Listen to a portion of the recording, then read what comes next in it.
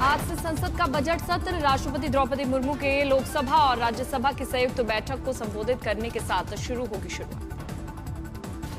ये बजट सत्र 2 हिस्सों में होगा। इसका पहला हिस्सा 28 जनवरी से 13 फरवरी तक और दूसरा हिस्सा 9 मार्च से 2 अप्रैल तक होगा।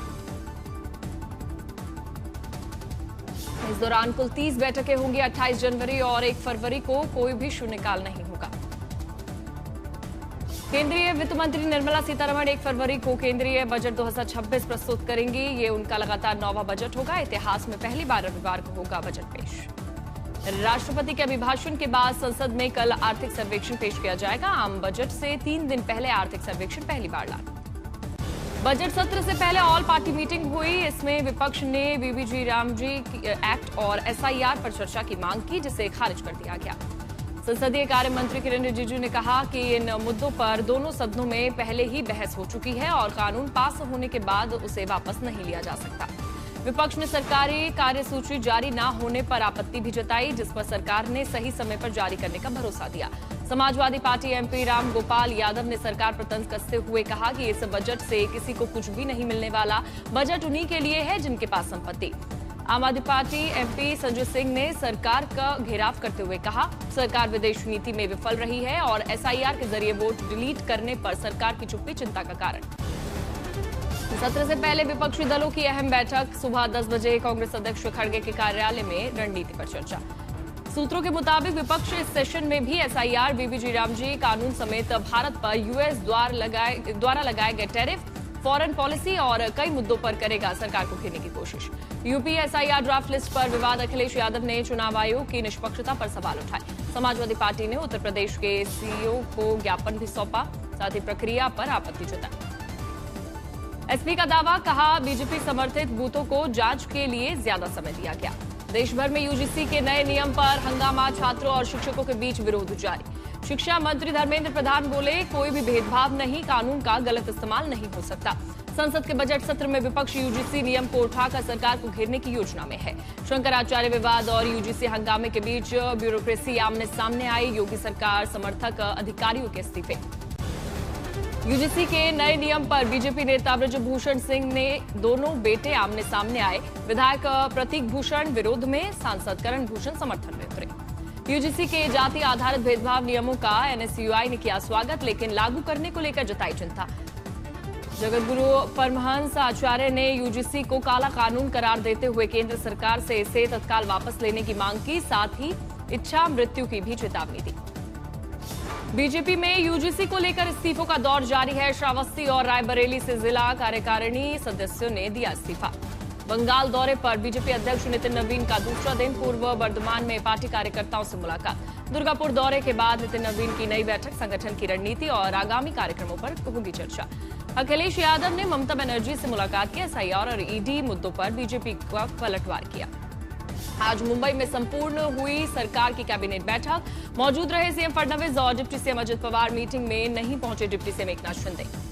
एनसीसी को आज पीएम मोदी करियप्पा ग्राउंड में करेंगे संबोधित। दोपहर करीब 12 बजे होगा पूरा कार्यक्रम। देश भर से 2406 एनसीसी कैडेट्स लेंगे भाग। इस रैली में 21 विदेशी देशों के 207 युवा और अधिकारी भी होंगे शामिल। राहुल गांधी ने फिर से मोदी सरकार पर साधा निशाना। मजदूरों को गुलाम बनाने वाली सरकार। पूछा, मनरेगा को बर्बाद करने का क्या है मकसद। जाति जनगणना को लेकर उठाए गए सवालों पर गृह मंत्रालय का स्पष्टीकरण। जनगणना 2027 में 2 चरणों में होगी और जाति गणना दूसरे चरण में होगी। बजट को लेकर दिल्ली बीजेपी कार्यालय में प्रदेश अध्यक्ष वीरेंद्र सचदेवा की अध्यक्षता में बैठक। सीएम रेखा गुप्ता भी शामिल हुई। दिल्ली हाईकोर्ट में यासीन मलिक के 2017 में टेरर फंडिंग केस की हो सकती है सुनवाई। एनआईए ने इन कैमरा सुनवाई की मांगी है अनुमति। एनआईए ने जेकेएलएफ प्रमुख यासीन मलिक के लिए मौत की सजा की मांग करते हुए कोर्ट में अपनी दलीलें पेश की। राजस्थान में आज से बजट सत्र शुरू होगा। कई अहम बिलों को लेकर सत्र में हंगामा और चर्चा की संभावना। सबरीमाला सोना चोरी मामले पर केरल में बीजेपी और कांग्रेस आमने सामने आए। सियासत में बढ़े तनाव। वायनाड में प्रियंका गांधी के कार्यालय तक बीजेपी का विरोध मार्च। राजनीतिक हलचल ने सुर्खियां बटोरी। सोनवर्ग के सरबल इलाके में भीषण हिमस्खलन हुआ। राहत की बात यह रही कि किसी के हताहत होने की खबर सामने नहीं आई। हिमस्खलन की ये तस्वीरें रिजॉर्ट में लगे सीसीटीवी में कैद हुई है।